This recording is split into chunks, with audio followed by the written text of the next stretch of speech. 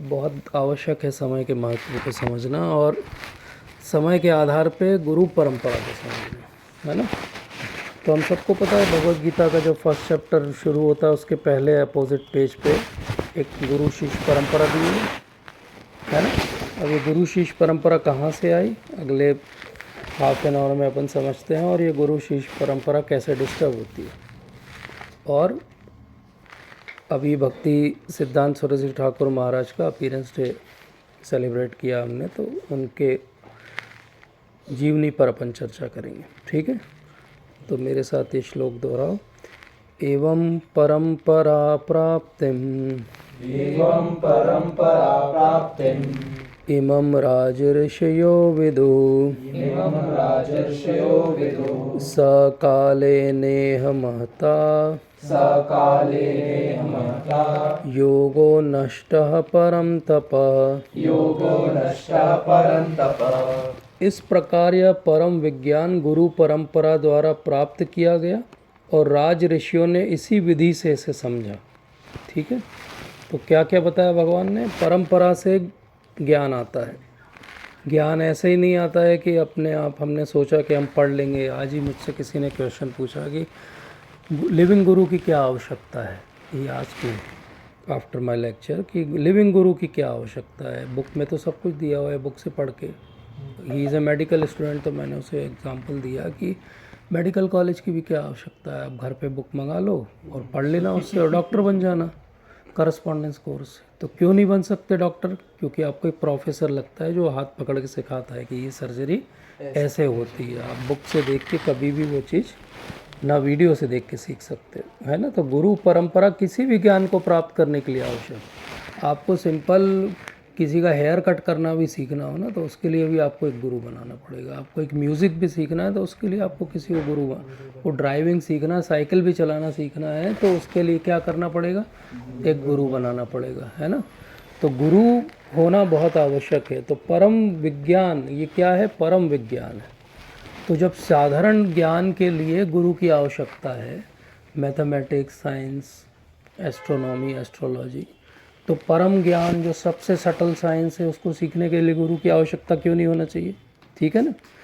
तो ये परम विज्ञान गुरु परंपरा द्वारा प्राप्त किया गया और राज ऋषियों ने इसी विधि से इसे समझा। तो ये किसके थ्रू आया, ये परंपरा की दो जो हैं शाखाएं बनी। एक राज ऋषियों की शाखा बनी। राज ऋषि किनको कहते हैं, जो राजा के गुरु होते हैं। नहीं, जो राजा जो ऋषियों जैसे रहते हैं, जैसे जनक महाराज। तो कहने के लिए वो एडमिनिस्ट्रेटिव हेड है, लेकिन उनका थिंकिंग का पैटर्न कैसा है, वो तपस्वी जैसे हैं। ऐसे हैं कि अगर उनको अगर एक दिन बोला जाए कि आपको 1 घंटे बाद राजपाट छोड़ना है, तो जैसे परीक्षित महाराज हैं, 1 घंटा भी नहीं लगा उनको, सब कुछ छोड़ के वो निकल गए, कोई अटैचमेंट नहीं। तो ऐसे होते हैं राज ऋषि। राज ऋषि ऐसे होते हैं और इनके थ्रू एक परंपरा चली। एक परंपरा जो है तपस्वियों के थ्रू चली, जो कि बाकी जगह पहुंची, ठीक है। तो एवं परंपरा प्राप्तिम इमं राज ऋषियो विदु। विदु मतलब इस तरीके से जाना, विदुषी बोलते हैं ना, जो इंटेलिजेंट होता है, विदु। तो स काले ने महता, लेकिन ये एक फ्लो आ रहा था, इस फ्लो में क्या हुआ, काल क्रम में क्या हुआ, ऐसे ऋषि हुए जो राज ऋषि नहीं थे, ऐसे राजा हुए जो राज ऋषि नहीं थे। तो धीरे धीरे वो परंपरा क्या हुई, डिस्टर्ब हो गई। स काले ने महता योगो नष्ट परम तप, तो नष्ट हो गई परंपरा। तो परंपरा कैसे चलती है इसको समझना बहुत बहुत ज़रूरी है, क्योंकि आप एक परंपरा को बिलोंग करने जा रहे हो तो आपको समझना पड़ेगा कि परंपरा का फ्लो कैसा होता है। जैसे गंगा जी निकलती हैं तो बिल्कुल प्योर प्रिस्टीन क्लियर वाटर होता है, वहाँ पे आपको कोई ट्रीटमेंट की ज़रूरत नहीं, you can directly drink it. Glacier का पानी है वो, और स्पिरिचुअली हम देखें तो वो तो भगवान के चरणामृत। लेकिन नीचे आते आते, दिल्ली आते आते क्या हाल हो जाता है यमुना जी का, या इलाहाबाद आते आते गंगा जी का क्या हाल हो जाता है। क्यों हो जाता है, क्योंकि बहुत सारी और धाराएं उसमें मिल जाती। तो ऐसे ही जो ज्ञान है वो कैसे नष्ट होता है समय के साथ, क्योंकि उसमें लोग अपने इंटरप्रिटेशन डालने लगते हैं। जैसे कि मैं एक सर्जरी की बुक पढूं और फिर मैं बोलूं कि नहीं ये इसको इससे क्यों जोड़ना है, इसको इससे जोड़ लेते हैं, तो इसको इससे जब जोड़ने लगेंगे तो सर्जरी का रिज़ल्ट जो है कुछ और ही हो जाएगा। या आप कोई सर्किट पढ़ लो इंजीनियरिंग में और फिर आप बोलो नहीं ये सर्किट में ऐसा करते हैं सर, यहाँ कैपेसिटर की जगह डायोड लगा देते हैं, क्या होगा, जैसे ही बटन ऑन होगा धुआं निकलेगा, उड़ जाएगा सब, है ना, क्या हुआ, गड़बड़ हो गई ना। या आप बोलोगे सर हमने ड्राइविंग बढ़िया सीख ली, अब ऐसा करेंगे जहाँ जहाँ ब्रेक लगाने को बोला था वहाँ एक्सीलेटर दबाएंगे, तो क्या हुआ, परंपरा नष्ट हो गई। टीचर तो सही सिखा रहा था आपको कि भैया जब सामने कुछ दिखे तो ब्रेक लगाना, और आपने दिमाग में क्या लगाया, अब हम एक्सीलेटर दबाएंगे क्योंकि हम कुछ नया करना चाहते हैं। तो परंपरा कब नष्ट होती है, जब हम कुछ ऐसा नया करना चाहते हैं जिससे उसकी जो मूल धारा है वो ही नष्ट हो जाती है। नया करने की सीमितता कहाँ तक होनी चाहिए, जहाँ तक उसका जो मूल सिद्धांत है, जो प्रिंसिपल है वो कॉम्प्रोमाइज़ नहीं हो, है ना। तो हम किसी को अगर नए तरीके से प्रीच करना चाहें, लेकिन हमारा बेसिस भगवत गीता होना चाहिए। इसलिए हमेशा हर लेक्चर एक भगवत गीता के श्लोक से शुरू होना चाहिए, ताकि आप एक दायरा अपना बना सको कि इस दायरे में मैं बात करूँगा, नहीं तो मैं कुछ भी बात कर सकता हूँ यहाँ आके। तो ना केवल आपका समय व्यर्थ करूँगा मैं, जो वापस कभी नहीं आएगा, और आपका जो एक्चुअली फेथ है परंपरा में उसको भी मैं नष्ट करूँगा। बोले ऐसे लोग हैं फॉलोवर तो हम क्यों बने। तो जब हम किसी चीज़ को बिलोंग करने का प्रयास करते हैं तो क्या इम्पोर्टेंट है कि वही प्योरिटी जो सोर्स में है, वही प्योरिटी क्या यहाँ तक मिल रही है आपको।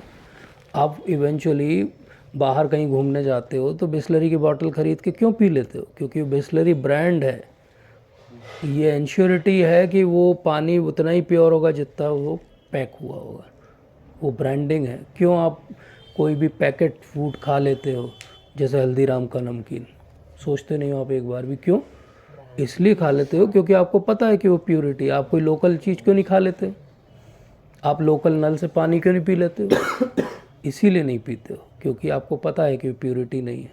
तो वो प्योरिटी कहाँ से आती है, वो प्योरिटी कंसिस्टेंसी से आती है, वो प्योरिटी एडहेरेंस से आती है कि वो जो नॉलेज जैसा आया था वैसा ही अगली बार भेजा जा रहा है। इसलिए हर गुरु का रोल क्या हो गया, हर गुरु का रोल हो गया एक ट्रांसपेरेंट वाया मीडिया। बस गुरु को कुछ भी री इंटरप्रेट नहीं करना है, री इन्वेंट नहीं करना है।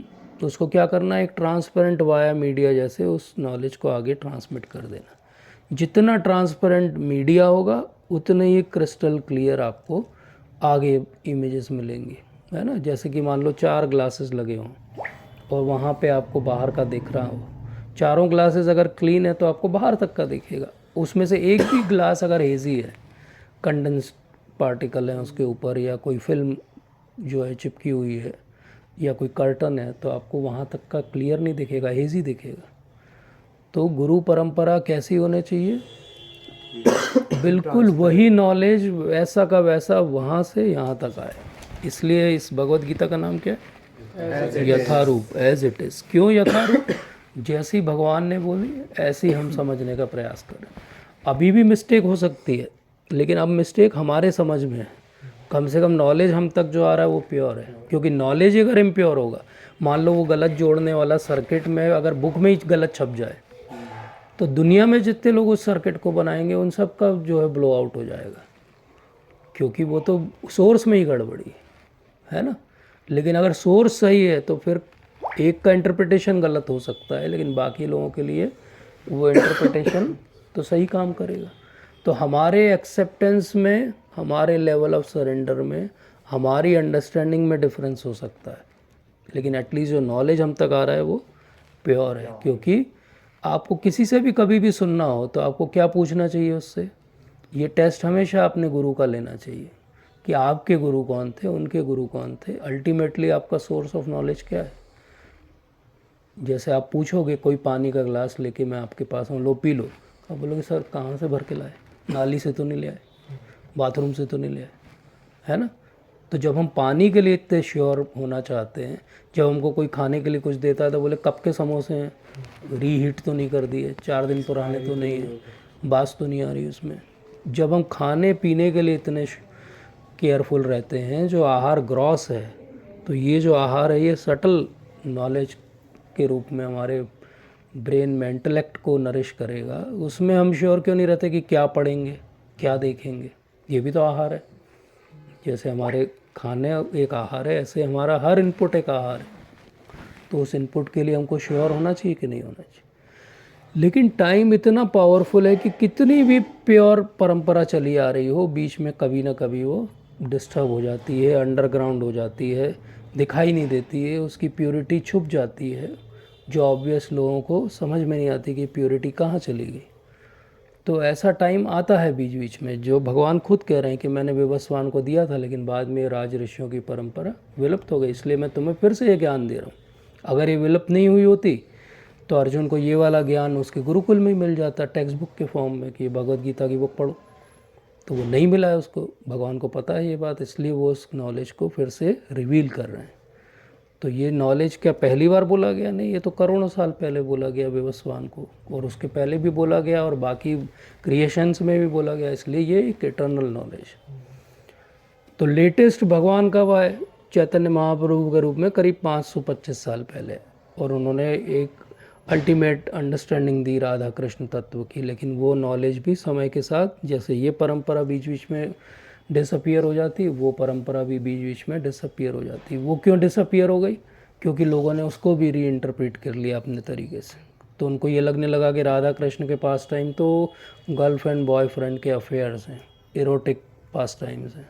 उनको ये लगने लगा कि इनको हम बड़े चीपली इमिटेट कर सकते हैं, उन भावों को जो चैतन्य महाप्रभु को आया करते थे। महाप्रभु स्वयं भगवान है, इसलिए उनको वो भाव आते थे। लेकिन लोग क्या करते थे? लोग भी ऐसे ही दिखावा कर गया, हरे कृष्णा करके बेहोश होकर गिर जाते थे, और लोगों को लगता था बहुत महान भक्त है। कुछ लोग हरे कृष्ण मंत्र को यूज़ करते थे भीख मांगने के लिए। तो इवेंचुअली धीरे धीरे क्या हुआ कि इंटेलेक्चुअल लोगों का ध्यान इससे हट गया। उनको लगने लगा कि ये परंपरा हमारे लिए नहीं है, क्योंकि यहाँ तो सब या तो भीख मांगने वाले लोग हैं, या दिखावा करने वाले लोग हैं, या झूठ बोलने वाले लोग। तो इस समय में जब ये पूरी परंपरा नष्ट हो गई थी, ऑलमोस्ट दिखाई नहीं दे रही थी, उस समय एक बहुत महान आचार्य है जिनका नाम था भक्ति विनोद ठाकुर महाराज। उन्होंने क्या किया? उन्होंने इस डार्क एज से इसको निकाला। उन्होंने फिर से रीइंटरप्रेट किया, जो ऑथेंटिक बुक्स थी उनको कलेक्ट किया, उन पे कमेंट्रीज लिखी, अपनी खुद की लिटरेचर ऑलमोस्ट 100 बुक्स उन्होंने लिखी, और इस तरीके से इसको फिर मेन स्ट्रीम इंटेलिजेंसिया जो थी बंगाल की, उनको एटलीस्ट एक्सेप्टेबल लेवल पे लेकर आया। उस समय बहुत सारे चैलेंजेस थे उनको। कोई भी परंपरा ऐसे ही नहीं नष्ट हो जाती या कम नहीं हो जाती, बहुत सारे चैलेंजेस थे। उसमें सबसे बड़ा जो चैलेंज था वो क्या था? उस समय मुस्लिम रूल चल रहा था, वो अंग्रेज जस्ट आ गए थे बंगाल के अंदर, तब भी मुस्लिम्स का रूल था। बहुत सारा पॉलिटिकल टर्मोइल चल रहा था उस टाइम, और उस समय हिंदुज़म ऑलमोस्ट ओवरऑल हिंदुज़म ही बहुत डिटोरेट हो रहा था। लोगों का कॉन्फिडेंस हिंदुज़म से ख़त्म हो गया था। क्रिश्चियनिटी की प्रीचिंग बहुत हाई लेवल पे बढ़ रही थी। बड़े पढ़े लिखे लोगों को हमेशा बाबू टाइप दिखने में, टाई सूट पहनने में ज़्यादा अच्छा लगता था, इसलिए वो सब धीरे धीरे सो कॉल्ड क्रिश्चियन ही बन गए थे, नाम से बस हिंदू बचे थे।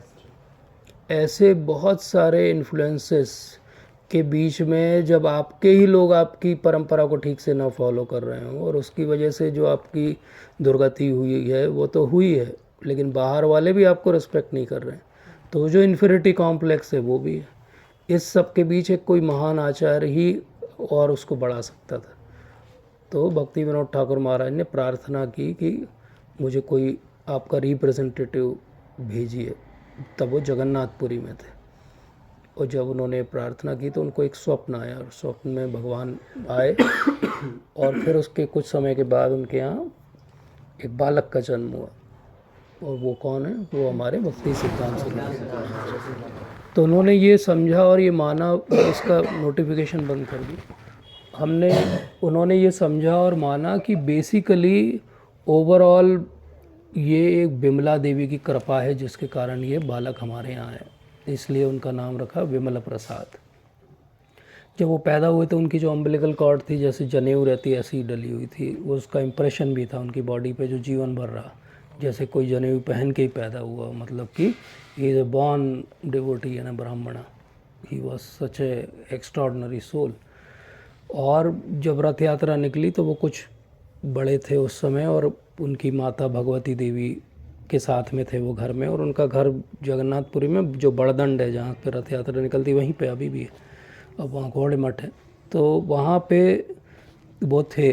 और रथ ऐसा हुआ कि रथ इनके घर के बाहर ही आके खड़ा हो गया, हिला ही नहीं, वहाँ से चला ही नहीं। तो लोग बहुत प्रयास, अभी भी होता है, रथ कई बार रुक जाता है, कई बार 1 दिन के लिए, कई बार 2 दिन के लिए, 3 दिन के लिए एक जगह रुक जाता है। No one knows, Chaitanya Mahaprabhu के समय भी ऐसा हुआ। तो फिर क्या हुआ, चैतन्य महाप्रभु के समय जब रथ रुक गया, चैतन्य महाप्रभु जब बाहर आए, उन्होंने जब अपने एक हाथ से धक्का दिया तो रथ चलने लगा, और उसके पहले सब खींच रहे थे और रथ नहीं हिल रहा था। तो ऐसे ही इनके घर के ठीक बाहर आके रथ रुक गया, तो इनकी माता जी ने अपॉर्चुनिटी देखी कि बच्चे को दर्शन करा देते हैं, तो वो जगन्नाथ जी के दर्शन कराने, उस समय ऊपर चढ़ना अलाउड था। इनफैक्ट कई साल, अभी कुछ साल पहले ही बंद हुआ, नहीं तो एवरीबडी रथ यात्रा के समय जब रथ जहाँ भी रुकता था तो आप लाइन लगाओ, आप ऊपर जाके भगवान का एम्ब्रेस भी कर सकते थे, इतना सुंदर था। हरे कृष्णा प्रभु जी। तो उन्होंने गले लगाने के लिए ऊपर भेजा, और वो बालक जब ऊपर चढ़े तो एक माला भगवान की सीधे इनके गले में आके गिरी। तो ये दूसरा इंडिकेशन था इस चीज़ का कि ये जो है कोई डिवाइन पर्सनैलिटी है जो आई है, और इसीलिए उनको रे ऑफ विष्णु बोला गया, मतलब कि भगवान की स्वयं उनकी किरण जो है उनके शक्त्यावेश के रूप में आई है। तो ये विमल प्रसाद कितने इंटेलिजेंट थे कि जब वो हार्डली 8-9 साल के थे तो पूरी भगवद गीता के 700 श्लोक उनको याद थे। आप में से किस किस को याद है? कितने साल के हो आप में से कोई 9 साल का है ना? तो वो कितने इंटेलिजेंट होंगे, पूरे श्लोक उनको याद थे वो, और न केवल याद थे, वो उस पर प्रवचन दे सकते थे, टीका दे सकते थे। तो इस लेवल का उनका नॉलेज था। उनका नॉलेज इतना था कि वो जो बुक को एक बार देख लेते थे वो बुक छप जाती थी, और वो पेज नंबर के साथ रेफरेंस बोल के अपनी जीवन के अंतिम क्षणों में उनको याद था कि वो वाली पुस्तक उस लाइब्रेरी में थी और इस पेज नंबर पे ये लिखा हुआ था। वो ऐसे कोट करते थे, उनको रेफरेंसिंग की बुक खोलने की ज़रूरत नहीं पड़ती थी। वो इतने इंटेलिजेंट थे कि ऐसे वो 2 या 3 लोगों को बैठाते थे अपने सामने, और वो खुद अपने उस पर बैठते थे, और 3 जगह 3 चीज़ें डिक्टेट हो रही होती थी। मतलब एक जगह वो बुक लिख रहे होते थे तो वो उसको डिक्टेट करते थे, एक जगह कोई उनका करस्पॉन्डेंस चल रहा है उससे रिलेटेड, और एक तीसरा कोई मिलने आया तो उससे डिस्कशन, और तीनों में कोई भी फ्लो पूछना नहीं पड़ता था उनको कि क्या बोला था मैंने, अच्छा तुमको क्या बोला था, नहीं, वो तीनों से एक साथ बात कर लेते थे, और तीनों को इतना बोल देते थे कि वो लिख के ख़त्म करता था तब तक वापस उसके पास आ जाते थे आगे का बोलने के। तो he was such an intelligent person, इतने इंटेलिजेंट कि उनको कहते थे कि वो लिविंग एनसाइक्लोपीडिया है, मतलब चलती फिरती गूगल आज के ज़माने में। AI बोल दो, जेमिनी, जो भी बोलना, बार्ड, मतलब इतने इंटेलेक्चुअल कि आपको उनको बस टॉपिक के बारे में कुछ छेड़ना है और उसके बाद वो ही विल स्टार्ट। अगर आप उनकी कोई भी बुक पढ़ो तो आपको समझ में आएगा किस लेवल की इंग्लिश, इस लेवल की इंग्लिश कि अंग्रेज़ों को डिक्शनरी खोल के पढ़ने की ज़रूरत पड़ जाए। कभी उनकी कोई बुक, कोई ऐसे कभी पढ़ के देखना, मतलब हाई लेवल का understanding, not only theologically, also etymologically, the words, the sentences which he is forming. So he was very intellectual person. इतने इंटेलेक्चुअल पर्सन कि एक बार आगे हम चलते हैं, जब वो थोड़े बड़े हो जाते हैं तो उनके पिताजी को एक्चुअली एक डिबेट में जाना था कि वैष्णव बड़े होते हैं कि ब्राह्मण बड़े होते हैं। अब ये उस समय की बहुत बड़ी डिबेट थी, क्योंकि ये एक बहुत बड़ा चैलेंज था जो भक्ति विनोद ठाकुर महाराज को फेस करना पड़ रहा था, क्योंकि वैष्णविज़्म के हिसाब से हर कोई जो वैष्णव बन जाएगा वो ब्राह्मण और उनके स्तर का है, और इसलिए वो शालिग्राम की पूजा कर सकता है या विग्रह सेवा कर सकता है या किसी को इनिशिएशन दे सकता है।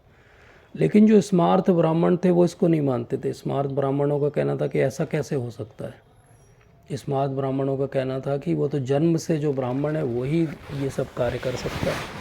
तो ब्राह्मण स्मार्त मतलब जो ट्रेडिशनल ब्राह्मण्स होते हैं, नॉट स्मार्ट, स्मार्थ। ओके, स्मार्थ मतलब जो ट्रेडिशन को फॉलो करने वाले ब्राह्मण होते। तो स्मार्थ ब्राह्मणों को ये ऑप्शन अच्छा नहीं लगता था कि कोई और कैसे उनकी जो डोमेन है उसमें एनक्रोच कर रहा है। और उस समय उनका होल्ड बहुत ज़्यादा था हर जगह, एडमिनिस्ट्रेशन में, नॉर्मल सोसाइटी के अंदर। तो it was a very big challenge. और एक्चुअली भक्ति विनोद ठाकुर महाराज को जाके वो चैलेंज को फेस करना था, लेकिन ही वाज वेरी इल। तो उन्होंने बोला विल यू गो, तो he accepted, he said okay I will try.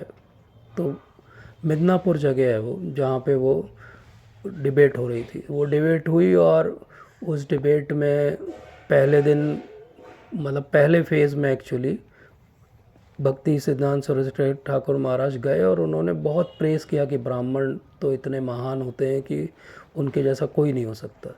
मतलब ब्राह्मण जो है भगवान के मुख हैं।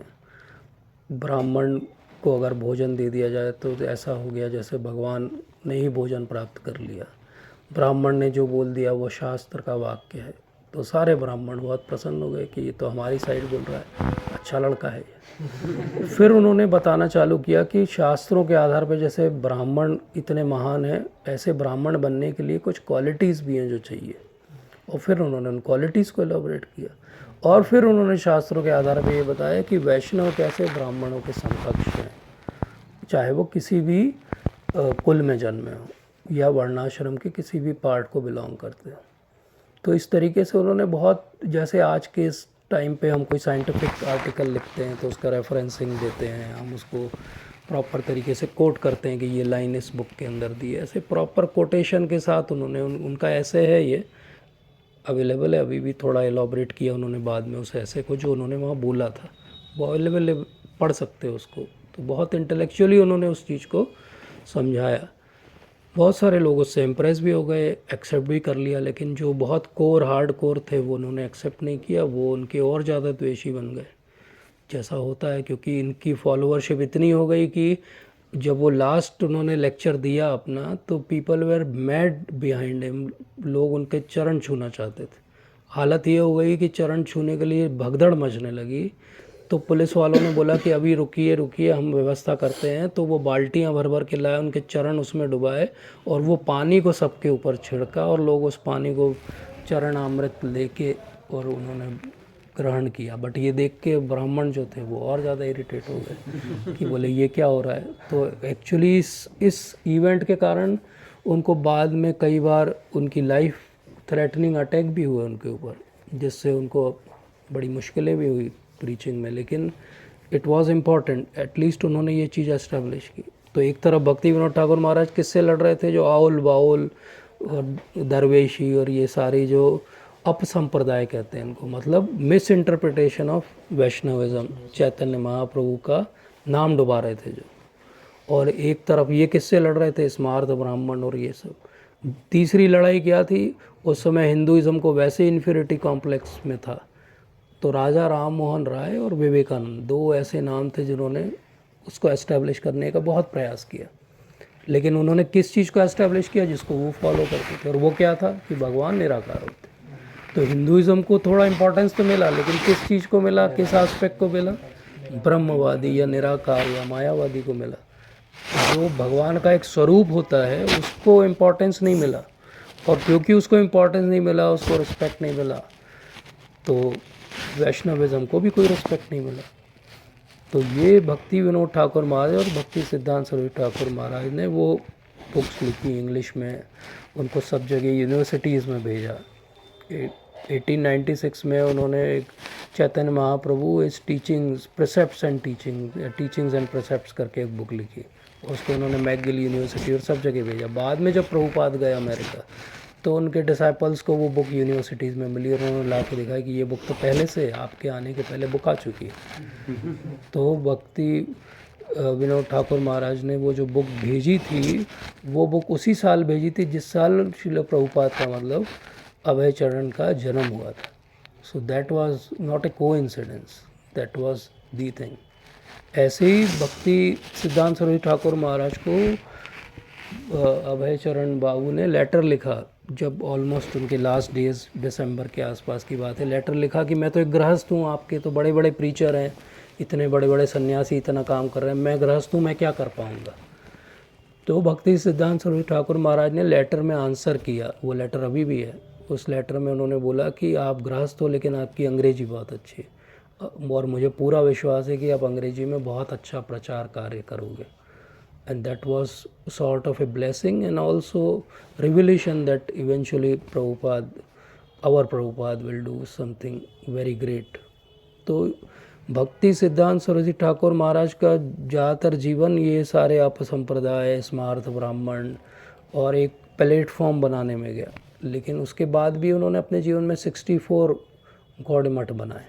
64 गौड़ मठ उस समय जब अंग्रेज़ों का शासन चल रहा हो और लड़ाई चल रही हो, वर्ल्ड वार का समय हो, उस समय इतना कुछ करना बहुत डिफ़िकल्ट टास्क माना जाएगा। उस समय के कम्युनिकेशन और सिस्टम्स, चैनल्स कितने स्लो थे, सपोर्ट कितना कम था, उसके बाद भी पर वो क्यों कर पाए, वो हमेशा बोलते थे कि मेरे गुरु महाराज की कृपा है।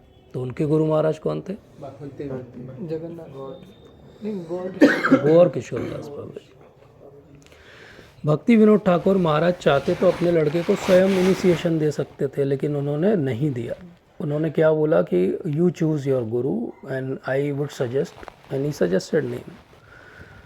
अब एक तरफ भक्ति सिद्धांत सरस्वती ठाकुर जो कि जब 8-9 साल के हैं तब उनको पूरी भगवत गीता कंठस्थ है, उसके बाद में उन्होंने इंग्लिश और फिलोसॉफी और संस्कृत में इतनी हाई डिग्रीज ली हैं।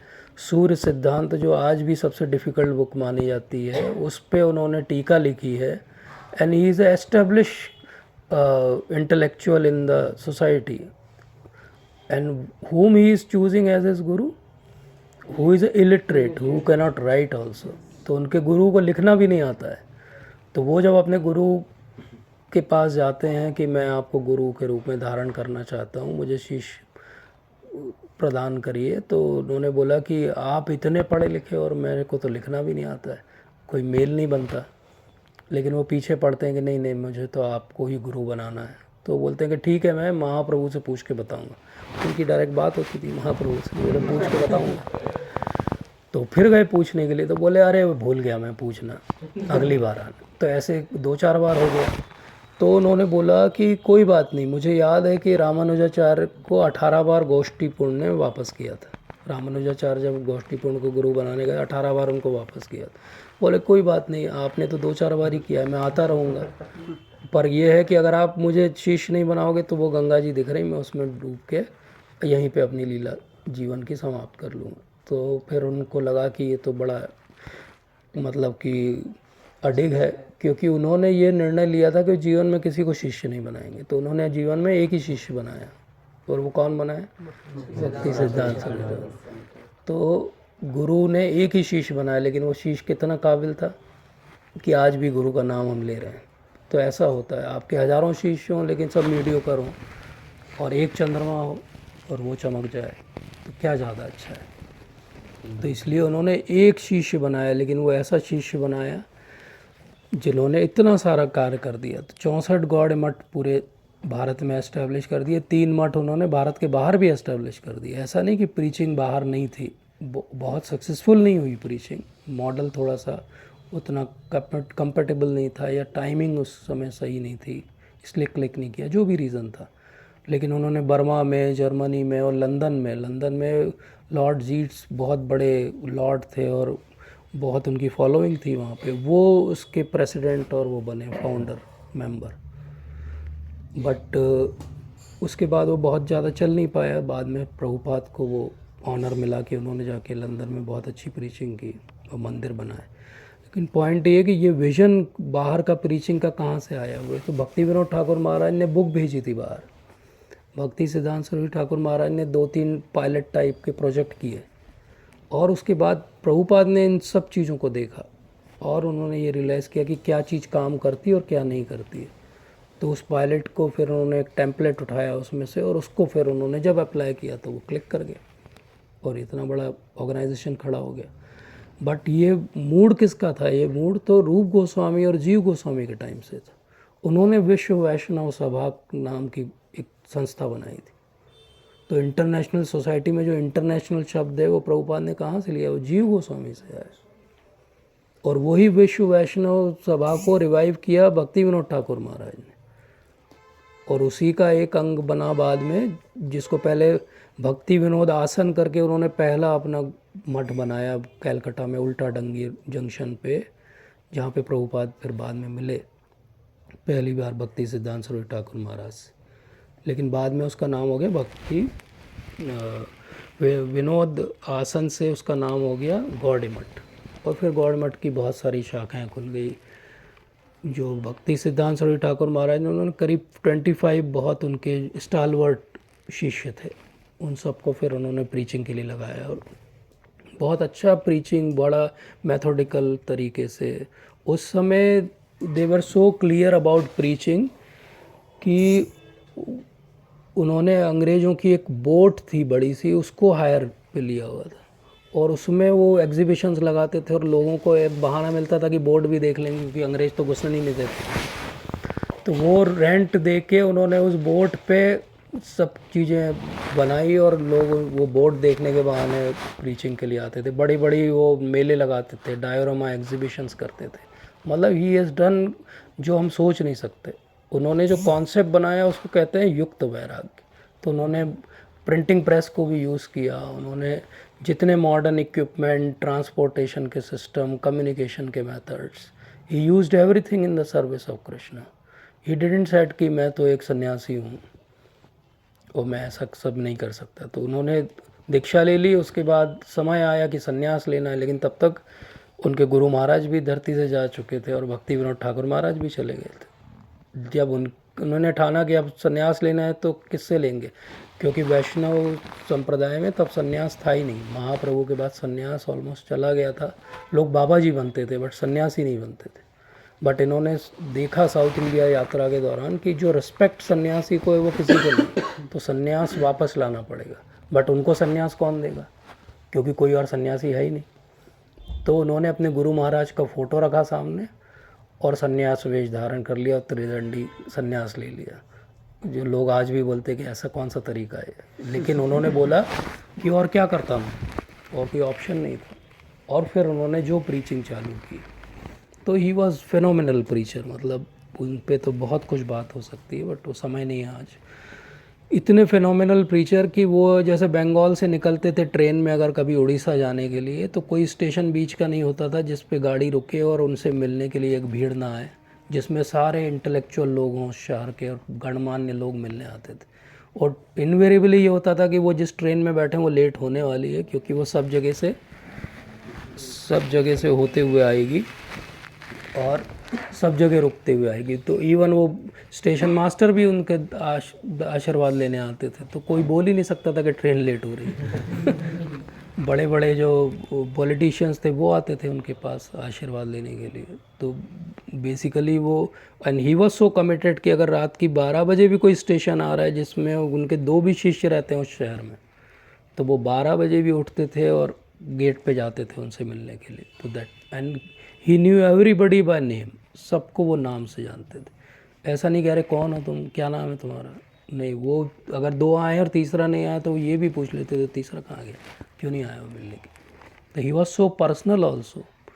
बट जब बात आती थी कि कोई परंपरा पे कोई आघात हो रहा है, तो he was very furious also. इसलिए उनको बोला गया सिंह गुरु या आचार्य केसरी। केसरी मतलब शेर। तो he was like a lion, but he was very mild also. तो ये बहुत रेयर कॉम्बिनेशन है कि ह्यूमिलिटी के साथ में जो है aggression for preaching, but human like and very humble in individual dealings. तो इंडिविजुअल डीलिंग में ही सो हम्बल कि अगर कोई उनको प्रणाम भी करता था तो वो हाथ जोड़ के बोलते थे दासो अस्मि। ये उनका पेट शब्द था। क्या कहते थे? दासो अस्मि, मैं आपका दास हूँ। ये उनका वर्ड्स थे। लेटर में लिखते थे दासो अस्मि और नीचे साइन करते थे। तो that was his inherent feeling कि दासो अस्मि। लेकिन अगर कोई परंपरा पे कुछ मिस इंटरप्रेट करेगा तो then he is furious, then he will not tolerate कि कौन है सामने। फिर वो कितना भी इंटेलेक्चुअल आदमी भी हो, वो उसको इस तरीके से इंटेलेक्चुअली डील करते थे कि सामने वाले को समझ में आ जाता कि मुझे कुछ नहीं आता है। जैसे कि एक बार उनसे आर्ग्यू करने के लिए 3-4 बड़े फिलोसोफर टाइप के लोग आए। तो उन्होंने बोला कि बैठिए आप लोग। बोले नहीं, हमको कुछ प्रश्न है। तो बोले आप अभी बैठिए, 1.5 घंटे मेरा लेक्चर सुनिए, उसके बाद प्रश्न करिएगा। और 1.5 घंटे उन्होंने हर वो पॉइंट जो वो सोच के आए थे उसको उन्होंने ऐसा धोया कि 1.5 घंटे बाद पूछा उन्होंने, कुछ प्रश्न बचा है क्या आपको? बोले नहीं, हम तो दर्शन करने आए थे, हम तो दर्शन करने आए थे, हम तो जा रहे हैं। क्योंकि पॉइंट इस कि वो पढ़ लेते थे, क्योंकि उनका ज्योतिष शास्त्र इतना पक्का था कि जैसे कोई अगर आश्रम में आता था बोलने के लिए कि मैं आपका शिष्य बनना चाहता हूँ, तो वो जब वो चला जाता था तो बोल देते थे कि 1 महीने बाद चला जाएगा। Because he was so clear, वो चेहरा देख के समझ जाते थे कि ये कितने दिन रहेगा। तो बोले 1 महीने बाद ये चला जाएगा। बोले ये नहीं रुकने वाला है। बोले लेकिन रहने दो, 1 महीने तो भक्तों का संग करेगा। तो he was knowing it and still he was very practical also. एक बार गौड़ी मठ बन रहा था एक जगह, तो वो काम बड़ा धीरे धीरे चल रहा था। तो उन्होंने पूछा क्यों काम धीरे चल रहा है? बोले ये बीड़ी पीने जाते हैं ये वर्कर लोग, तो दूर है वो, तो फिर तो बोले सप्लाई देम बीडीज। तो उन्होंने बोला आप तो वैष्णव आचार्य हैं। बोले हाँ, काम जल्दी होना चाहिए, supply them beads but finish it off, finish it fast. तो he was very clear, he was so clear. Bhakti Vinod Thakur महाराज ने प्रिंटिंग प्रेस बनाई थी। वो छोटे से थे तब, 8-9 साल के रहे होंगे, तब से वो भक्ति विनोद ठाकुर महाराज की इंग्लिश अगर किसी ने पढ़ी हो कभी, तो वेरी हाई फाई इंग्लिश, मतलब भक्ति सिद्धांत सरस्वती ठाकुर महाराज से भी 10% ज़्यादा डिफिकल्ट। उसको वो टाइप सेटिंग करते थे उनकी लिखी हुई चीज़। तो पहले क्या है, ऐसे टाइप नहीं होता था, ऐसे एक फ्रेम आता था, उसमें एक एक वर्ड को उठा के, लेटर्स को उठा के आपको सेंटेंस बनाने पड़ते थे, और फिर वो एक टाइप का फ्रेम बनता था जिस पे वो एक कागज़ छपता था। तो वो उस एज से he was reading all these things. तो उनका कॉन्सेप्ट कितने क्लियर होंगे, क्योंकि सारी बुक्स की एक एक वर्ड को उन्होंने टाइप सेट किया था छपने के लिए। तो ही वॉज सो क्लियर कि प्रिंटिंग प्रेस बहुत इंपॉर्टेंट है। इतनी इंपॉर्टेंट है कि उसको कहते थे कि बृहद मृदंग है। बोले मृदंग बजेगा तो कहाँ तक आवाज़ जाएगी? रोड तक जाएगी। बुक जाएगी तो कहाँ तक जाएगी? पूरी दुनिया में जाएगी। तो बोले बृहद मृदंग। इतना बृहद मृदंग कि जब उन्होंने कलकत्ता में अपना गौड़ी मठ बनाया तो अल्टर पे, एक अल्टर पे केवल प्रिंटिंग प्रेस थी। तो लोगों ने बोला प्रिंटिंग प्रेस डिस्टर्ब करती है, आवाज़ आती है बाकी। बोले यही तो कीर्तन है, बोले इसकी आवाज़ ही कीर्तन है। और बोले उसकी भी प्रेयर करो आप, उसको भी नमन करो, प्रिंटिंग प्रेस को भी। उन्होंने जो गौड़ मठ का सिंबल बनाया, आज भी जो सिंबल है उसमें एक कोने में प्रिंटिंग प्रेस है। तो he was so clear about कि कौन सी चीज़, मतलब आज के टाइम होते तो वो शायद कंप्यूटर या इंटरनेट का सिंबल रखते उसमें। तो he was very clear, he was very progressive, and that's why he could do in such A small span. But ये सब क्यों हो पाया? एक तो उनके गुरु महाराज की कृपा, एक उनका लीनिएज जो भक्ति विनोद ठाकुर महाराज से आ रहा था, और तीसरी उनकी साधना। कैसी साधना? कि उन्होंने एक बार ये प्रण किया कि वो 1 बिलियन हरि नाम करेंगे। कितने हरि नाम करेंगे? 1 बिलियन। तो 10 ईयर्स तक, ऑलमोस्ट 10 ईयर्स लगे उनको ये एंडेवर अपना पूरा करने में। तो 10 ईयर्स तक ही वॉज इन मायापुर, एक झोपड़ी बना के रहते थे। और झोपड़ी भी ऐसी थी कि बहुत हाई फाई झोपड़ी नहीं थी जैसी आजकल के ज़माने में होती। झोपड़ी ऐसी थी कि अगर बारिश होती थी तो वो एक छाता ऊपर कर लेते थे, लेकिन चैंटिंग अपनी नहीं रोकते थे। और दिन में एक बार थोड़ा सा अन्न लेते थे, और वो भी कैसे लेते थे, उनका तरीका था, उन्होंने ऐसा प्रण किया हुआ था, दोनों हाथ पीछे करके प्लेट में आता था, मुंह से जैसे जानवर कोई खाता है, जितना 2 बार में आ जाएगा। That was it. 10 ईयर्स तक ही डिड दिस साधना। तो हमको लगता है कि अरे कैसे वो आए और बिल्कुल एकदम छा गए 64 गौड़े मठ। छाने के लिए बहुत सारी बैकग्राउंड में साधना थी उनकी, जो हमको थोड़ी दिखी। And he was almost very happy. ऐसा नहीं कि कोई दुख से कर रहे थे वो साधना, वो ही was so happy doing it कि वो पूरी लाइफ वो कर सकते थे। लेकिन लोगों ने उनको प्रेशराइज़ किया कि अब कौन संभालेगा, अब कौन जो है इस एंडेवर को, इस नॉलेज को स्प्रेड करेगा। तो फिर उन्होंने एक दिन डिसाइड किया, तो उनसे मिलने के लिए एक पोस्ट मास्टर थे, वो आए, बहुत परसुएट किया उन्होंने। पहले तो वो ढूंढ रहे थे वो कि कोई तो मिले व्यक्ति जो बहुत अच्छे से इस चीज़ को स्प्रेड करेगा। वो सब जगह घूमते रहे, ढूंढते रहे, कोई ऐसा उनको इंटेलेक्चुअली कैपेबल व्यक्ति नहीं मिला जो इतने बड़ी चीज़ को स्प्रेड कर सके। या लोग इंटेलेक्चुअल थे तो उनकी साधना वीक थी, या साधना स्ट्रांग थी तो बोलना नहीं आता था। तो फाइनली किसी ने उनको बताया कि भक्ति विनोद ठाकुर महाराज के लड़के हैं भक्ति सिद्धांत, उनसे जाके मिलो। बोले कहाँ मिलेंगे? बोले वो मायापुर में मिलेंगे। कैसे? बोले पहचानूंगा मैं उनको। बोले वो दिन में एक बार गंगा जी में स्नान करने आते हैं, तो बोले वहाँ जो बिल्कुल पागल सा आदमी दिखे वो भक्ति सिद्धांत सरस्वती ठाकुर है, मतलब अपने धुन में जो रहे वो भक्त। तो वो पकड़ लिया उन्होंने, मिल गए एक दिन उनको। बोले आपको चलना है कलकत्ता में, प्रचार का सारा कार्य करना है, हम आपकी सहायता करेंगे। बोले मैं सोचूंगा, अभी आई एम नॉट इंटरेस्टेड, मना कर दिया उन्होंने। और एक दिन ऐसा हुआ जब उन्होंने ठाना के प्रचार करना है, तो ये जो पोस्ट मास्टर थे इनका नाम उनको याद था, भक्ति सिद्धांत सरस्वती ठाकुर। कई समय के बाद में वो एक दिन उनके दरवाजे पे सुबह सुबह नॉक हुई, तो वो पोस्ट मास्टर जी रिटायर हो गए थे, उन्होंने खोला गेट, कौन आया? तो ये खड़े हुए थे। बोले अरे आप यहाँ? बोले हाँ चलो, कहाँ करना है प्रचार? चलो प्रचार करते हैं। तो बोले अच्छा आपने निर्णय कर लिया? बोले हाँ अब मैंने निर्णय कर लिया। तब तक उनके 1 बिलियन होली नेम्स का जो उन्होंने प्रण किया था वो पूरा हो गया था। उसके बाद he started all these things which we. आखिरी चीज़ जो मैं फोकस करना चाहता हूँ वो उनका जो कैरेक्टर था वो कितना स्ट्रांग था। कि वो बहुत यंग थे तब उन्होंने डिसाइड किया कि ब्रह्मचारी रहेंगे और एक ब्रह्मचारी एसोसिएशन बनाएंगे जिसमें 4 या 5 लोग थे, और इवेंचुअली सबकी शादी हो गई, अकेले ही फाउंडर मेंबर बचे जो आखिरी तक ब्रह्मचारी थे। और जब बहुत छोटे बच्चे थे ये, तो इन भक्ति विनोद ठाकुर महाराज तो शुद्ध वैष्णव, उनके यहाँ बिना भगवान को ऑफर किए कुछ नहीं होता। तो एक दिन वो अपने मजिस्ट्रेट थे, वो तो अपने काम से वापस आए, तो वो मैंगो लेकर आए थे, आम लेकर आए थे, उन्होंने कहीं रखे टेबल पे, और ये तो छोटे बच्चे थे, उन्होंने उसमें से एक उठा के, ये लाइट मैंगोस, तो ही एट इट। तो भक्ति विनोद ठाकुर महाराज तब तक हाथ मुँह धो के वापस आए। बोले अरे तुमने खा लिया बिना भगवान को ऑफर किए? ये एक लाइन बोली उन्होंने। And that was the day, और उनका अंतिम दिन। उन्होंने कभी मैंगो नहीं खाया। उन्होंने डिसाइड कर लिया कि अरे मैंने भगवान को बिना ऑफ़र किए कैसे खा लिया। उन्होंने मैंगो खाया ही नहीं कभी, एक बार छुआ भी नहीं। लोग उनको ऑफ़र भी करते थे तो बोले I have done a great mistake once in my life, बोले उसका प्रायश्चित मैं कर रहा हूँ, मैं नहीं खाऊंगा। So that was his not only strong build nature, he was so clear about भक्ति। तो इसलिए ही इज़ आचार्य। आचार्य का मतलब क्या होता है? जो बोले वो करे, क्योंकि बोलना तो बहुत आसान है लेकिन करना बहुत मुश्किल है। तो फिर उसके बाद भक्ति सिद्धांत सरस्वती ठाकुर महाराज के बाद अपने श्रील प्रभुपाद का समय आया कि उन्होंने उसी टीचिंग्स को और इजी भाषा में और आसान तरीके से कैसे प्रैक्टिकली एक्सेप्ट किया जा सकता है, युक्त वैराग्य के प्रिंसिपल को, उसको एस्टेब्लिश किया।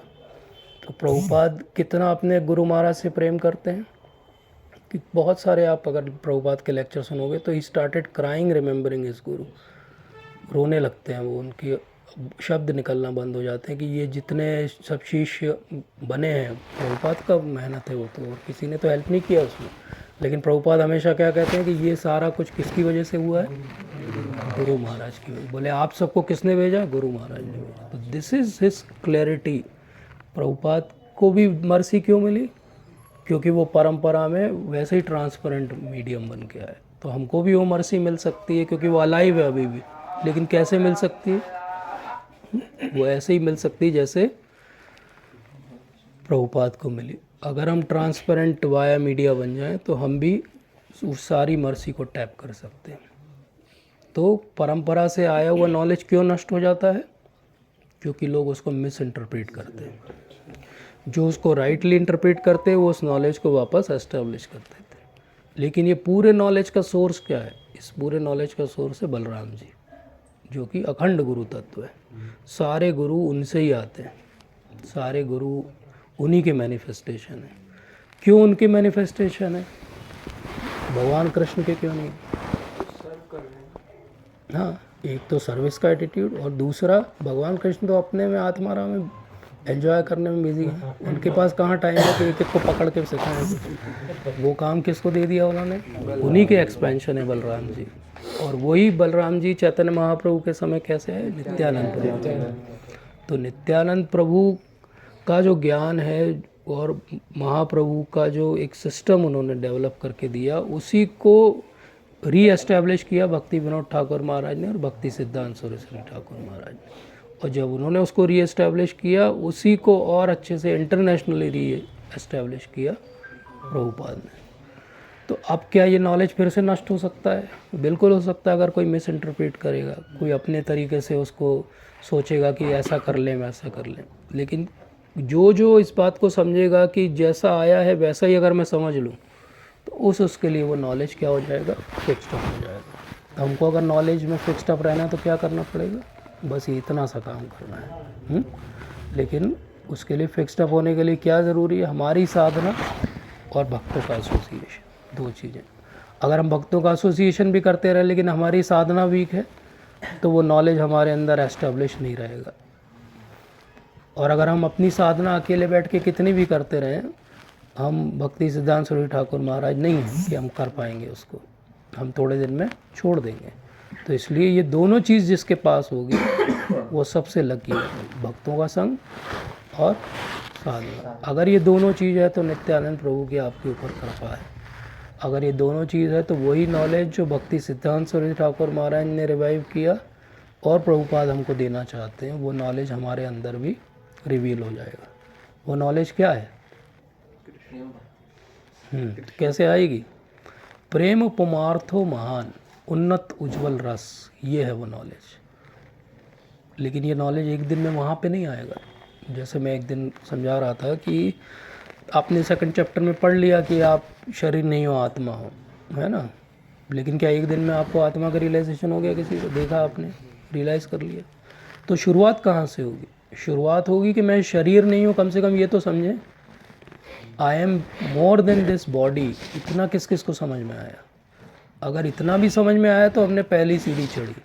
हमको आखिरी सीढ़ी दिखती, वो प्रेम पुमार्थो महान, वहाँ नहीं पहुँचने वाले, नीचे से चालू होगा। कहाँ से चालू होगा? आधो श्रद्धा। श्रद्धा किस किस की है? अभी एक चमत्कारी बाबा आएंगे, हाथ घुमाएंगे, ये लो लड्डू, ये लो रसगुल्ला, तो कम लोग जाएंगे। लड्डू रसगुल्ला तो यहाँ भी मिल जाता है, लेकिन ये लो सोने का बिस्किट, तो आधे का है मुझे, है ना। और फिर वो बोलेगा अल्लाह किस किस को जॉब चाहिए IAS का, एक भी नहीं बचेगा, है ना। पॉइंट इसकी हमारी श्रद्धा कितनी है ही नहीं। जब आधो श्रद्धा ही नहीं है, साधु संग ही नहीं है, भजन क्रिया ही नहीं है, अनर्थ निवृत्ति नहीं हुई है, तो वो निष्ठा, रुचि, आसक्ति, भाव, प्रेम कहाँ से आएगा? नहीं आएगा। Be practical. प्रेम पुमार्थो महान बहुत अच्छी चीज़ है, बहुत हाई गोल है, बस फोकस ऑन आधो श्रद्धा। श्रद्धा कितनी विकसित है? आप क्या होती है श्रद्धा? विश्वास, समर्पण। किस पे समर्पण? भगवान पे। हाँ? विश्वास। क्या विश्वास? क्या विश्वास? हमें तो साइंस पे ज़्यादा विश्वास है कि नहीं? हमें जब प्रॉब्लम होती है हम भगवान की तरफ मुड़ते कि साइंस की तरफ मुड़ते? Unflinching trust in something सबलाइन। Yes, ये प्रभुपाद की डेफिनेशन है, यही मैं वेट कर रहा था, कोई तो बोलो। तो इसमें बहुत सारे वर्ड्स हैं जो बहुत इम्पोर्टेंट। एक तो पक्की होना चाहिए, अनफ्लिंचिंग होना चाहिए, और कोई ऐसी सबलाइम चीज़ जो दिख नहीं रही है। जो दिख रही है उस पर विश्वास करना मुश्किल नहीं है, जो नहीं दिख रहा है उस पर विश्वास करना श्रद्धा है, जो एक्सपीरियंस नहीं किया उस पर विश्वास करना श्रद्धा है। तो एक चीज़ हम मानते हैं और एक चीज़ हम अभी समझ नहीं पा रहे हैं। श्रद्धा एक ब्रिज का काम करती है, जो हमको आता है, जितना हमको समझता है, उससे उस जगह पहुंचना जो हमको नहीं आता है, जो नहीं समझता है। ये श्रद्धा कहाँ से आती है? ये श्रद्धा मन की चीज़ है, इंद्रियों की चीज़ है, इंटेलिजेंस की चीज़ है। कहाँ से आती है श्रद्धा? इस कॉन्सेप्ट को अगर हम समझेंगे तभी तो श्रद्धा आएगी, नहीं तो हमको फॉल्सली लगने लगेगा कि हमको तो बहुत श्रद्धा है। जैसे 90% इंडियंस को लगता है हम तो बहुत धार्मिक हैं, लेकिन एक बार उनको टेम्पलेट बताया जाए भैया धार्मिक होने के लिए 4 पॉइंट टिक करने पड़ते हैं, तो किसी का 1 टिक होता है, किसी के 1 भी टिक नहीं होते, किसी के 2 टिक होते हैं, है ना। तो ऐसे ही हमारी श्रद्धा है कि नहीं है भगवान में। तो जब सबसे बड़ा चैलेंज आता है लाइफ में, तो आपको किसकी याद आती है? आपको अपने पावर्स की याद आती है, अपनी पहचान की याद आती है, अपने पैसे, इन्फ्लुएंस की, सोसाइटी की याद आती है, ये आपको भगवान की याद आती है। अब किस किस को भगवान की याद आती है, उसकी श्रद्धा है। और जिसको अपने कनेक्शंस की याद आती है, वो उनको फ़ोन करो, वो बहुत बड़े गुंडे हैं, वो बहुत बड़े नेता हैं। पॉइंट इसकी हमारी श्रद्धा अभी गुंडे और नेता में ज़्यादा है, साइंस में ज़्यादा है, डॉक्टर में ज़्यादा है, भगवान में कम है। तो क्या बाकी ऑप्शन यूज़ नहीं करने चाहिए? ऐसा नहीं है। पहली याद किसकी आती है? पहली याद भगवान की आना चाहिए, और फिर भगवान जो इंटेलेक्चुअली हमें सिखाएं, समझाएं, वो करना चाहिए। अभी हम क्या करते हैं, हमारे इंटेलेक्चुअल सॉल्यूशन पहले हम ढूंढ लेते हैं, जब वो काम नहीं करते तो भगवान की आखिरी में याद आती। तो भगवान बोलते हैं कि जब मुझे स्टेपनी टाइप का यूज़ करते हो तो तुम्हारा टायर हो जाने दो पंचर, तभी तो मेरा नंबर आएगा, है ना। अगर आप मुझे स्टीयरिंग व्हील जैसा यूज़ करोगे तो मैं आपका जीवन बदल दूंगा, और आप मुझे स्टेपनी व्हील जैसा यूज़ करोगे तो जब ज़रूरत पड़ेगी तब बुलाना, देखेंगे, सोचेंगे, टाइम होगा तो आएंगे, और ज़रूरत पड़ेगी तो इंस्पायर करेंगे। तो जीवन में आप भगवान को कैसे यूज़ करते हो? स्टेपनी व्हील जैसे यूज़ करते हो कि स्टीयरिंग व्हील जैसे यूज़ करते हो? यही श्रद्धा है। तो हमें गुरु महाराज या इतने जो आचार्य वर्ग हुए, जैसे आज हमने बात की, क्यों करना चाहिए? क्योंकि इनकी लाइफ से हमको वो इंस्पिरेशन मिलती है कि इतने चैलेंजेस के बीच में उन्होंने कैसे भगवान पे विश्वास को कभी कम नहीं किया, लेकिन उन्होंने अपने एफर्ट्स भी ख़त्म नहीं किए। इनमें से कोई भी ऐसा नहीं था जो घर पे चुपचाप बैठ गया, आखिरी दम तक प्रयास करते रहे। तो हमारे एफर्ट्स भी 100% होने चाहिए, बट हमारी श्रद्धा भी 100% होनी चाहिए। कई बार हमारी श्रद्धा 100% होती है और घर पे बैठ के हम सोचते हैं कि उड़न तश्तरी में भगवान जो है भक्ति वाला सब डाउनलोड करके देंगे हमको, है ना, कोई एलियन आएगा किसी दिन, है ना। या फिर हमारा हाल क्या है, हमको लगता है हम ही सब कुछ कर लेंगे। ऐसा लगता है ना, बहुत कॉमन है यूथ में। अगर आपको थोड़ा माइंड कंट्रोल आ जाए ना, तो आपको लगने लगता है कि मैं ही कंट्रोलर हूँ। ये बहुत बड़ा अंडरस्टैंडिंग है जो मैं दे रहा हूँ। जिस दिन आपको लगने लगे कि माइंड मैंने कंट्रोल कर लिया है अपना, तो आपसे बड़ा मूर्ख कोई नहीं है, ये बात समझो। क्योंकि जब जब आपको लगता है मैं कंट्रोलर हूँ, उसी का एक तरीका है माया का खेल, कि वो आपको ये दिखाएगी कि देखो तुमने माइंड कंट्रोल कर लिया, तुम कितने बड़े कंट्रोलर हो। और जिस दिन आप समझ लो कि नहीं, मेरे बस में कुछ भी नहीं है, एक पत्ता भी भगवान की इच्छा के बिना नहीं हिलता, तो मेरा माइंड भी उन्हीं को कंट्रोल करने दो, उस दिन आपने सच में समझ लिया कि वो कंट्रोलर है। तो स्पिरिचुअलिटी में एक टाइम आता है जब आपको लगने लगता है मेरे से महान भक्त तो शायद वो 6 गोस्वामी हुए थे, सातवां मैं ही हूँ, 7वां गोस्वामी मैं ही हूँ, ऐसा लगता है। यूथ में बहुत कॉमन है ये फीलिंग, और आसपास वाले भी बहुत बढ़ावा दे देते हैं कि हाँ आपसे महान तो कोई नहीं है। बिल्कुल लगने लगता है बस 4 बार अगर मैं सुबह 4:30 बजे उठ गया हूँ, मतलब बस मैंने जंग जीत ली है। और फिर क्या होता है, एकदम से 7 बजे नींद खुलती 5वें दिन। ये किसने किया? माया। वो 4 बार 4 बजे भी माया नहीं उठाया था आपको, और 5वीं बार 7 बजे भी माया नहीं उठाया, क्योंकि वो भी फॉल्स था और ये भी फॉल्स है। वो भी आपके अहंकार को बढ़ावा दे रहा था, 4 बजे उठना, और 7 बजे उठना भी कहीं ना कहीं उसी चीज़ की पुष्टि कर रहा है। देखो 4 बार तो उठा था ना, कोई बात नहीं, 1 बार नहीं उठा था। तो बेसिकली ये कहाँ से अहंकार पुष्ट हो रहा है हमारा? हम भक्ति की चीज़ें करके अपने अहंकार को पुष्ट कर रहे हैं, और हमको लग रहा है कि देखो मैं कितना प्रोग्रेस कर रहा हूँ डिवोशन में। डिवोशन की प्रोग्रेस का एक ही पैरामीटर, एक ही बैरोमीटर है, आपकी ह्यूमिलिटी आ रही है कि नहीं आ रही है, आपका फॉल्स ईगो कम हो रहा है कि नहीं हो रहा है। भक्ति करते हुए अगर फॉल्स ईगो बढ़ रहा है कि मैं बहुत महान भक्त हूँ, तो आपकी भक्ति में प्रोग्रेस नहीं हो रही। और ये बहुत बड़ी चीज़ है जो भक्ति सिद्धांत सरस्वती ठाकुर महाराज से सीखनी चाहिए। वो कितने इंटेलेक्चुअल हैं कि कोई उनके आसपास खड़ा नहीं हो सकता, चाहे अंग्रेज चाहे भारतीय, इतना नॉलेज है उनको।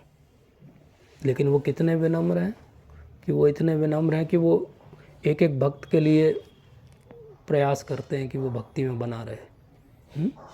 आखिरी के समय में जब उनके गौड़ मठ में बहुत सारे कॉन्फ्लिक्ट्स चल रहे थे, तो ये वॉज लिटरली क्राइंग। जब राधा कुंड में आखिरी बार वो प्रभुपाद से मिले तो उन्होंने कहा कि मेरा बस चले तो मैं सारे मार्बल निकाल के बेच दूँ जितने मठ हैं उनके, और बुक्स छापूँ और बुक डिस्ट्रीब्यूट करूँ। तो प्रभुपाद को उन्होंने क्या क्या इंस्ट्रक्शन दिए अपने जीवन में? पहली बार मिले तो उन्होंने बोला तुम अंग्रेजी जानते हो बहुत अच्छी, विदेश में प्रचार करो। लेटर में उन्होंने फिर से वही इंस्ट्रक्शन दिया कि गृहस्थ हो तो कोई बात नहीं, एक समय आएगा जब तुम बहुत अच्छा करोगे, मुझे पता है। और फिर उन्होंने क्या बोला, जब पैसा आए तो बुक्स छापो, whenever you get money print books. और प्रभुपाद कैसे भक्त हैं अपने गुरु महाराज की, कि उन्होंने ये एक एक लाइन, उनका बहुत संग नहीं रहा अपने गुरु महाराज, लेकिन उन्होंने एक एक लाइन को ऐसे जैसे स्पंज एब्जॉर्ब करता है ऐसे एब्जॉर्ब किया। तो हम कई बार बोलते हैं ना गुरु महाराज से हमारा तो कोई संग नहीं है। संग इम्पॉर्टेंट नहीं है फिजिकली, आप मेंटली कितने उनसे जुड़े हुए हो, कितने उनके जैसा सोचने लगते हो, कितना उनकी लाइन में उनकी सेवा के लिए प्रयास करते हो, वो महत्वपूर्ण है। तो इस तरीके से प्रभुपाद उनसे जुड़े मेंटल प्लेन पे, इमोशनल लेवल पे, कि 70 साल की उम्र में वो ये इच्छा पूरी के लिए अमेरिका चले गए। तो फिर तो बाकी हिस्ट्री है, कितना बड़ा ऑर्गेनाइजेशन उन्होंने खड़ा कर दिया। लेकिन क्या था वो फेथ? वो गुरु परंपरा का फेथ था। जैसे जब भक्ति सिद्धांत सरस्वती ठाकुर महाराज को कन्फ्यूजन वाला टाइम आया कि अब मैं क्या करूं, तो खुद चैतन्य महाप्रभु और 6 गोस्वामी उनके सामने प्रकट हुए मायापुर में, और उन्होंने बोला जाओ प्रचार करो, अब समय आ गया कि तुम्हें प्रचार करना है। ऐसे ही प्रभुपाद के सामने भी वृंदावन में राधा दामोदर मंदिर में खुद जीव गोस्वामी आए और उन्होंने बोला कि जाओ प्रचार करो। नारद मुनि आए और उन्होंने बोला प्रभुपाद को जाओ प्रचार करो। तो ऐसा क्यों हुआ? क्योंकि उनका स्ट्रॉन्ग फेथ है परंपरा पे। क्या हमको वो फेथ है? और प्रभुपाद के शिष्यों को भी प्रभुपाद पे उतना ही फेथ है। 4 बिल्कुल अननोन लोगों को उन्होंने अमेरिका से बोला जाओ इंग्लैंड में जाके प्रचार करो। कुछ नहीं जानते थे वो, इंग्लैंड का ई भी नहीं जानते थे, और गए और प्रचार कर दिया। तमाल कृष्ण महाराज को बोला जाओ चाइना में प्रचार करो, जाओ पाकिस्तान में प्रचार करो, गिरिराज महाराज, श्रीलंका में प्रचार करो, बर्मा में प्रचार करो। एक एक व्यक्ति को भेजा।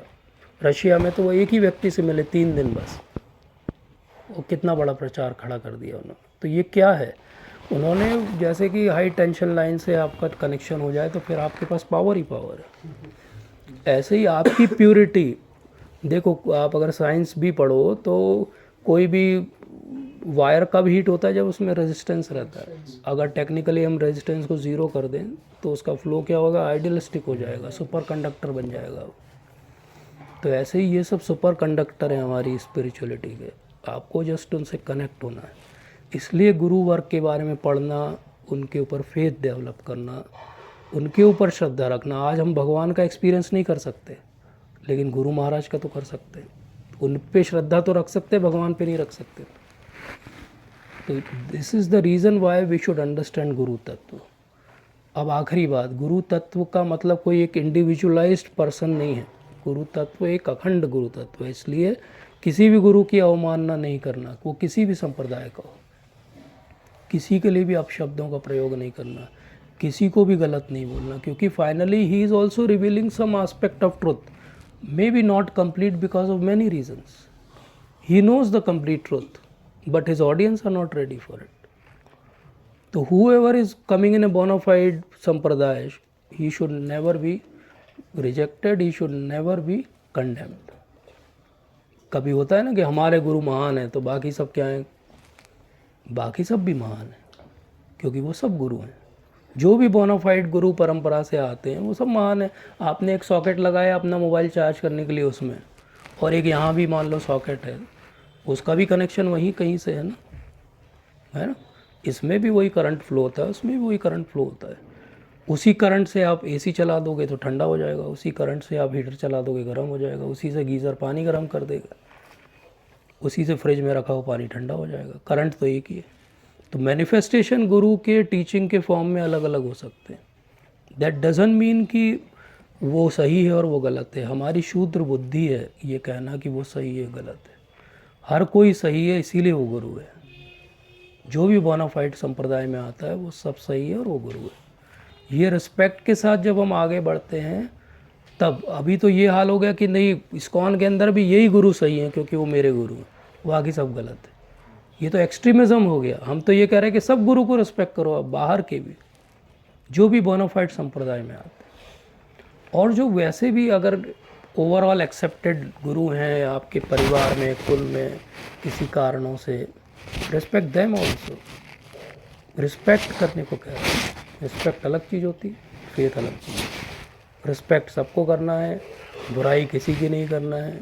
ये कोई पॉलिटिकल बात नहीं है, ये रियलाइज़ करना है कि सच में उनको भी एक आस्पेक्ट तो गुरु तत्व का मिला होगा ना, तभी उनके इतने फॉलोअर। कोई भी हो, सुनना नहीं है उनको, मानना भी नहीं है, लेकिन रिस्पेक्ट करना है। रिस्पेक्ट करने में क्या आता है? एज ए एल्डरली रिस्पेक्ट कर लो आप, as a famous person respect कर लो, as a part of your family respect कर लो, क्यों नहीं कर सकते? ठीक है, तो ये ईथोस है हमारी। ईथोस ये नहीं कि हम किसी की बुराई करें, किसी की भी बुराई नहीं करना। तो भक्ति सिद्धांत सरोज ठाकुर महाराज की जीवनी से क्या सीखते हैं? क्या सीखा हमने आज? आपने क्या सीखा? प्रभु जी की अपने मतलब गुरु का मतलब बहुत ज़्यादा मतलब सम्मान करके। और आपने क्या सीखा? फेथ। आपने क्या सीखा? ह्यूमिलिटी। ह्यूमिलिटी। आपने क्या सीखा? So you have to be connected with your guru. आपने क्या सीखा? यस। तो क्या होता है, हर कोई अपने अपने काम की चीज़ पिक कर लेता है उसमें से, या तो आपका इंटरेस्ट जिस चीज़ में रहता है वो आपको अट्रैक्ट कर देती है। This is what I wanted to prove कि गुरु एक होलसम पैकेज है। हो सकता है किसी को उनका एग्रेशन पसंद आ जाएगा, किसी को उनकी ह्यूमिलिटी पसंद आ जाएगी, किसी को उनका प्रीचिंग स्पिरिट पसंद आ जाएगा, किसी को उनका इंटेलेक्चुअल लेवल पसंद आ जाएगा। एटलीस्ट एक चीज़ से तो अट्रैक्ट हो, एक आस्पेक्ट से तो अट्रैक्ट हो। जब आप उनको पढ़ने लगोगे तो आप बाकी सबसे भी अट्रैक्ट हो जाओगे। There is a 3 volume big book on Bhakti Siddhanta Saraswati Thakur Maharaj, written by Bhakti Vikas Swami Maharaj. बहुत एक्सटेंसिव 14-15 ईयर्स की रिसर्च के बाद बुक लिखी उन्होंने। बहुत ब्यूटीफुल बुक है वो। उसका तो अपन ने कुछ भी डिस्कस नहीं किया आज। आज तो मैं एक फ्रेमवर्क दे रहा था कि कितने महान हैं हमारा जो गुरु शिष्य परंपरा, जिसमें हम somehow we are part of it. तो at least feel that you are part of that great parampara, and now you have to represent it, so read about it, understand it. ठीक है, ओके। Anything else? यस, हाँ पूछिए। प्रभु जी वो एक बार please explain कर दीजिए संकर्षण जी पे, शंकर जी से चतुर्व्यूह पे, next चतुर्व्यूह। Next time we will do it. I have a chart. I will show you that chart. It's a very easy thing. प्रभु जी, जैसे अभी अपन ने डिस्कस किया कि एक बोनाफाइड जो संप्रदाय है या फिर जो भी फॉलोइंग है वो भगवत गीता के पैरामीटर में होना चाहिए, तो इट्स बोनाफाइड। बट बहुत मतलब विद रिस्पेक्ट, हम रिस्पेक्ट हर किसी की कर सकते हैं, बट एक लेवल पे जब हमें प्रीच करना होगा तो प्रीच करने में we will end up being in arguments, या फिर कुछ भी ऐसे हो सकते हैं कि उनका और हमारा मत अलग अलग हो। तो फिर उस समय ऐसा मतलब सिचुएशंस क्रिएट हो सकती हैं कि we are trying to preach them. Yes, so always preach based on the Siddhant. Never do some individual's negativity. कभी भी किसी इंडिविजुअल व्यक्ति के लिए नेगेटिव मत बोलो आप किसी भी प्रीचिंग आर्ग्यूमेंट में, ना वो सामने वाले व्यक्ति के लिए, ना उसके गुरु के लिए, ना उसके गुरु के लिए, ना जिस पे उसको फेथ। क्योंकि एटलीस्ट वो फेथ करना सीख रहा है, इस बात को समझो। वो फेथ करना सीख रहा है, आप तो उसका फेथ वहाँ से भी हटा दोगे तो क्या वो उसका फेथ आप पे आ जाएगा? ऐसा थोड़ी होता है ना? ऐसा तो होगा नहीं कि वो उसका फेथ वहाँ से हटेगा तो आपके पास आ जाएगा। उसका फेथ सब जगह से हट जाएगा, वो एथीस्ट बन जाएगा बेचारा। एटलीस्ट उसको कहीं फेथ आ रहा है ना, आने दो उस फेथ को। भगवत गीता पढ़ो, भगवान भी यही कहते हैं। भगवान भी यही कहते हैं। भगवान क्या कहते हैं कि जो रोल मॉडल्स है, जब वो 3.21 में बोलते हैं कि रोल मॉडल्स कैसे होते हैं, तो रोल मॉडल्स जो हैं वो क्या करते हैं? बोले मैं भी एक रोल मॉडल हूँ, लेकिन मैं भी क्या करता हूँ, मैं भी एग्जाम्पल सेट करने के लिए कार्य करता हूँ। बोले जो असली में इंटेलेक्चुअली अंडरस्टूड पर्सन है, जिसने डिवोशनल लाइफ को समझा है, वो कभी भी किसी के फेथ को डिस्टर्ब नहीं करता है। वो केवल ऐसा प्रोसेस बनाएगा कि आगे चल के उसका फेथ और हायर लेवल पे चला जाए। तो जिसको देवताओं पे फेथ है उसको हम क्या बोलेंगे? आप गणेश जी की पूजा करते हो, बहुत अच्छा है। गणेश जी किसके लड़के हैं? शिव जी के। शिव जी पूरे समय क्या नाम जप करते हैं? हरिनाम। आप हनुमान जी की पूजा करते हो, बहुत बढ़िया। हनुमान जी किसकी दास हैं? So this is the way we have to gradually bring them to this understanding कि आप किसी की भी पूजा कर रहे हो बट वो किसकी पूजा कर रहे हैं आप देखो, और वो बहुत क्लियर है, उसको समझने में कितनी देर लगी, इतना बोल के आ जाओ बस, बाकी उसके दिमाग में वो बात घूमती रहेगी। अब तो आपने उसको जो है शॉर्ट सर्किट कर ही दिया है, बाकी अपने आप होने दो। अब आप क्या चाहते हो, नहीं आज ही हम उसको पकड़ के तिलक लगा के मानेंगे तो गड़बड़ है, वो कहीं का नहीं रहेगा बेचारा। अब मान लो किसी XYZ व्यक्ति पे उसकी श्रद्धा है तो कोई बात नहीं, let him built on that. आप ये पूछो कि उनके क्या फिलॉसफी है, वो कौन सी बुक को फॉलो करते हैं, उनके गुरु महाराज कौन है, ऐसी छोटी छोटी सी बातें, बिल्कुल छोटी बात है ये, ठीक है। तो वो बोलेंगे अरे वो तो खुद ही बोलते हैं हमने तो कभी भगवत गीता नहीं पढ़ी, बोलते हैं ना लोग, बड़े बोल्डली बोलते हैं, बोले हमने कभी कोई शास्त्र नहीं पढ़ा लेकिन हम गुरु हैं। तो बोले लेकिन गुरु की डेफिनेशन तो ये है कि उसको शास्त्र आना चाहिए, जो शास्त्र को रिप्रेजेंट करे वो गुरु है। तो वो बस उतना बोल के आ जाओ, बाकी वो खुद सोचेगा कि कौन गुरु बोनाफाइड है कौन नहीं, बस बम फूटेगा अपने। As Prabhuji said, Prabhuji ki, and what about those who follow that Babas and हाँ, कोई बात नहीं, सी ऑलवेज देयर विल बी बाबास। ऐसा कोई दिन नहीं था जब बाबा नहीं थे, ऐसा कोई दिन नहीं होगा इंडिया में जब बाबा ख़त्म हो जाएंगे। Let them be there. हम क्या कर सकते हैं, उनमें से जो बोनाफाइड चीज़ जानना चाहते हैं उनको हम बता सकते हैं, है ना। हम हर एक को चेंज नहीं कर सकते। प्रभुपाद ने भी बोला कि हमने ज्वेलरी की शॉप खोली, किराने की शॉप नहीं है। ज्वेलरी की शॉप में दिन भर में एक ही आदमी आता है, किराने की शॉप में दिन भर भीड़ लगी रहती है, और आखिरी में जब गिनते हैं गल्ला तो ज्वेलरी वाले का एक भी भारी पड़ता है, और किराने वाला दिन भर करने के बाद भी वो स्कूटर पे घर जाता है। क्यों होता है ऐसा? सिंपल सी बात है। तो हमारे यहाँ भीड़ कभी नहीं रहने वाली, क्योंकि ये इंटेलेक्चुअल मूवमेंट है। पहले इंटेलिजेंस तो हो, तब तो समझने की बारी आएगी। तो कभी हम मास मूवमेंट नहीं बनने वाले, ये समझ लो, कभी नहीं बनने वाले। इतने सारी प्रीचिंग के एफर्ट्स के बाद 5 लाख 6 लाख डिवोटी होंगे दुनिया में, क्यों है इतने कम जो सीरियसली फॉलो कर रहे हैं? Not more than that. हमारा इन्फ्लुएंस बहुत है, ऑरा बहुत है, एक्चुअल कोर फॉलोइंग कम है। क्यों है हमारी कोर फॉलोइंग? पहले दिन 4 नियम तो 4 ही बचते हैं। 4000 बैठे होंगे, जैसे ही 4 नियम बोले 4 बचे। बोले कौन 4 बचे? बोले एक वो टेंट हाउस वाला है, उसको सामान वापस ले जाना है, एक माइक वाला है, और 2 बोले ऑर्गेनाइजर थे। ऐसे ही होता है। तो इसलिए ब्रिज प्रीचिंग आई। बोले ब्रिज प्रीचिंग करो।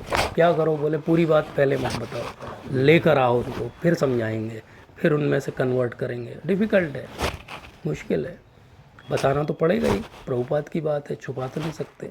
जैसे ही आप बोलोगे चाय भी नहीं, अच्छा ऑनियन गार्लिक भी नहीं, मतलब बाहर की आउटिंग सब बंद, तो बचा क्या लाइफ में? बोले मुश्किल है ना। हायर टेस्ट है नहीं और लोअर टेस्ट आपने सब ख़त्म कर दिया, कहाँ जाएगा आदमी? पागल हो जाता है। इसलिए डिफ़िकल्ट है। इसलिए हमको ऐसा कभी नहीं सोचना कि हम बहुत बड़े फॉलोअर्स की लिस्ट या भीड़ इकट्ठी करेंगे, कभी नहीं होगा। जितने हैं बी हैप्पी विद दैट।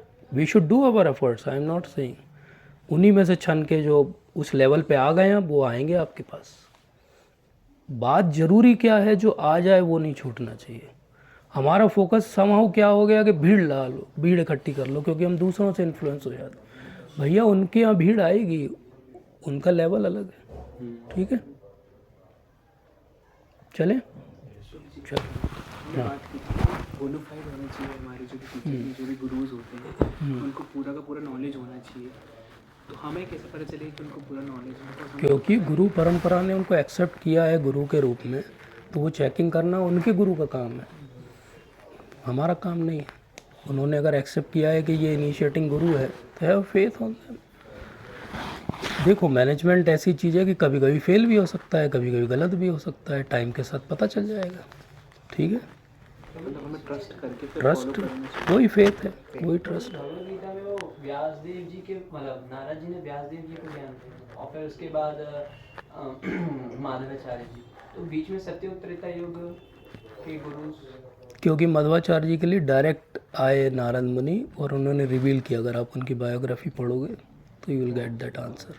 ठीक है, इस पे आए हो spoken once, it is there on my channel guru shishya parampara in ISKCON, you put it, you will get all the answers, it is there. ठीक है, चलो, thank you so much. Hare Krishna, Hare Krishna,